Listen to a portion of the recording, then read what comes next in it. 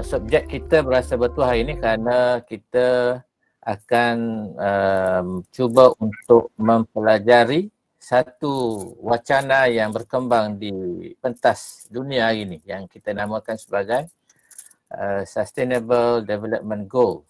Ada 17 misi atau objektif pembangunan mampan, dan hari ini kita cuba berkongsi dan belajar daripada Profesor Kamarul Azizi tentang bagaimanakah apa itu SDGs dan bagaimana ia harus dilihat dari perspektif kita sebagai sarjana Muslim hari ini.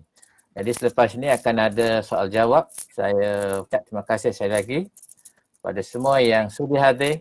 Semoga kita mendapat manfaat pada petang ini. Saya serahkan kembali kepada saudara Zal Hasmi. Assalamualaikum warahmatullahi wabarakatuh.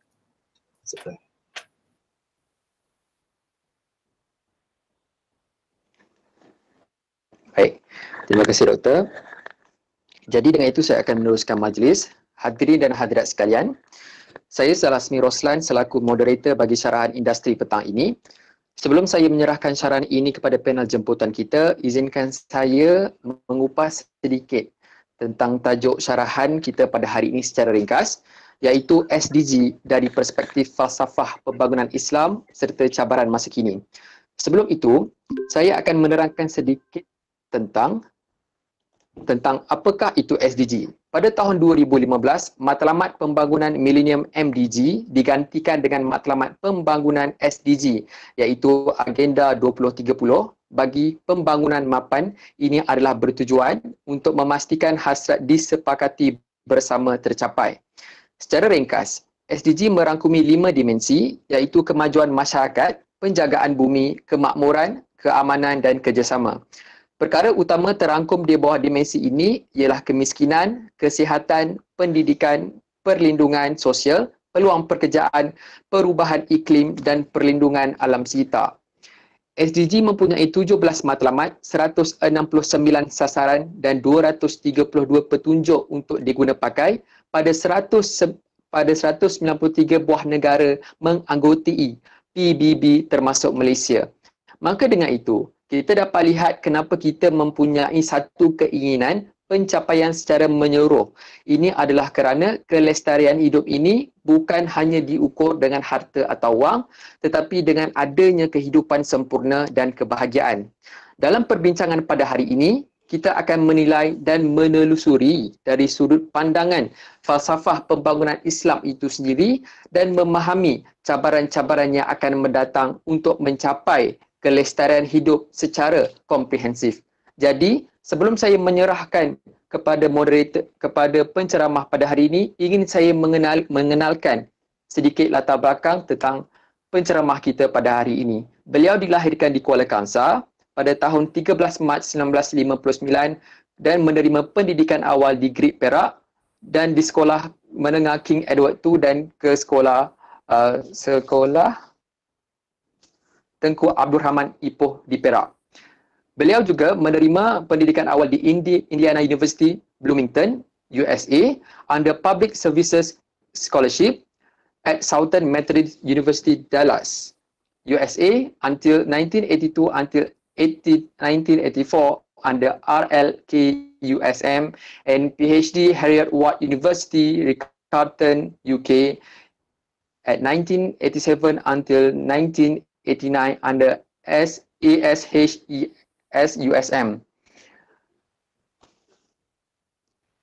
Beliau juga work at University Science Malaysia USM from 1984 until 2018. While working at USM, he was awarded a Fulbright Commonwealth and GSP Scholar and became a professor at University Malaya USM. He specialized in semiconductor material and device technology, energy, nanotechnology, and sustainable development science.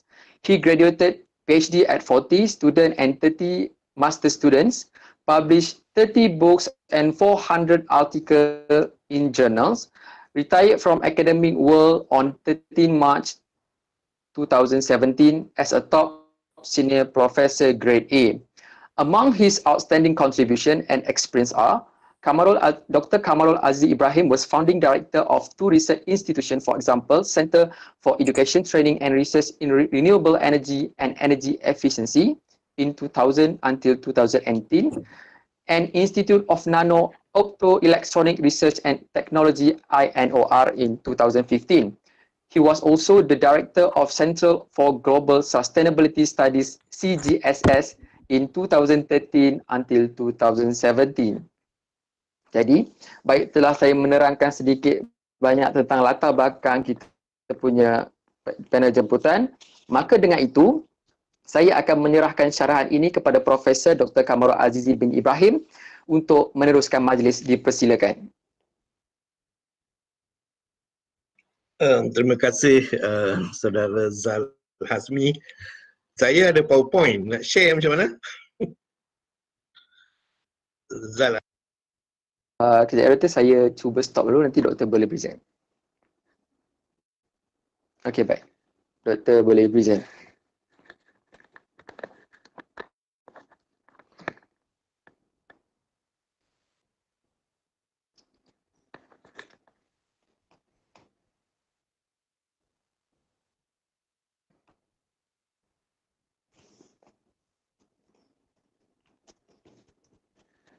Boleh doktor?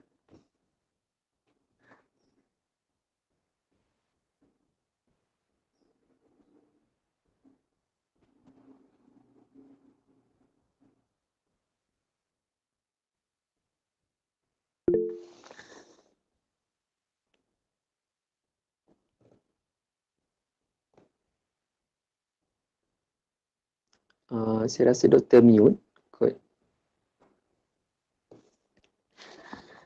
Sorry. Nampak ke saya punya presentation tadi? Belum keluar lagi. Okey, nampak? Ke saya kena share? Okey, belum. Doktor kena share. Saya nak kena share dekat mana? Ada present now kat tepi tu kan, doktor boleh tekan kat situ. Present. Dekat bawah belah kanan ada present now. So your entire screen ke ataupun tab lah? Kalau tab, doktor boleh tekan dekat slideshow saja. Oh, kalau kat tab window dekat pun boleh, your saja. entire screen pun boleh. Kalau sorry dekat ni. Kalau tab dekat, doktor boleh tekan a window ataupun your entire screen. Seeloknya your entire screen lah. Nanti start. Okey, kita cuba dulu. Entire screen. Okey. Betul. So your entire screen. Tak ada pun saya punya ni.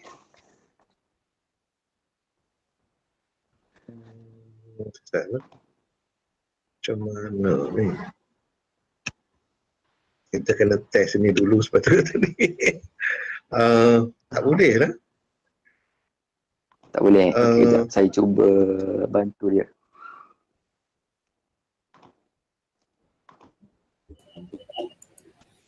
Okay, saya bila entire screen cari file.